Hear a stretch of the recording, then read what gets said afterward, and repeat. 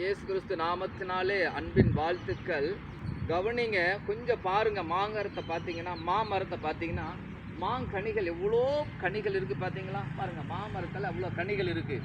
அதே போல் தான் நீங்களும் கனி கொடுக்குற ஒரு தேவ ஜனங்கள்.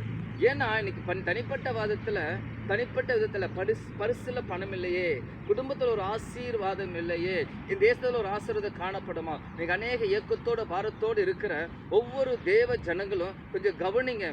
வேதம் சொல்லுகிறது, அதாவது ஆதியாகமம் 12வது அதிகாரம் 2வது வசனம் சொல்லுகிறது, நீ ஆசீர்வாதமாக இருப்பாய், நீ ஆசீர்வாதமாக இருப்பாய். அதே மாதிரி ஏசாயா 61வது அதிகாரம் 9வது வசனம் சொல்லுகிறது, ஏசாயா 61வது அதிகாரம் 9வது வசனம் சொல்லுகிறது, அவர்களை பார்க்கிற யாவரும் அவர்கள் கர்த்தரால் ஆசீர்வாதம் பெற்ற சந்ததி என்று அறிந்து கொள்ளுவார்கள். பார்க்கிற யாவரும், அதாவது உங்களையும் என்னையும் பார்க்கிற பிள்ளைகள் இது கர்த்தரால் ஆசீர்வதிக்கப்பட்ட சந்ததி என்று அறிந்து கொள்ளுவார்கள். நம்ம ஜெபிப்போம்.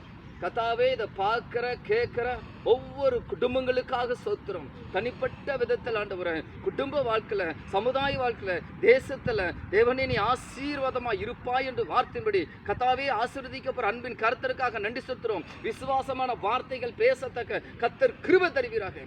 ஒவ்வொருவருக்காக நன்றி செலுத்துகிறோம். ஒவ்வொரு சகோதரிகளுக்காக, பிள்ளைகளுக்காக, வாலிபர்களுக்காக, முதியோர்களுக்காக, விதிகளை திக்கர்கள் அனாதைகளை நன்றி செலுத்துகிறோம்.